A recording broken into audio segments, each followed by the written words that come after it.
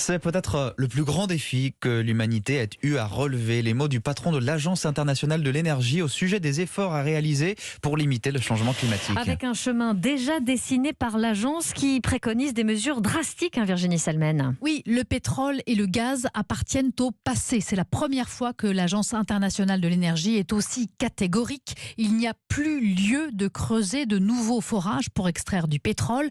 Idem pour le gaz, puisque 90% de la production d'énergie devra être renouvelable d'ici 2050. Comment ? Ça passe par l'électrification des voitures, la multiplication par 8 de la production d'énergie solaire et éolienne, et puis le recours à l'hydrogène et au stockage de carbone.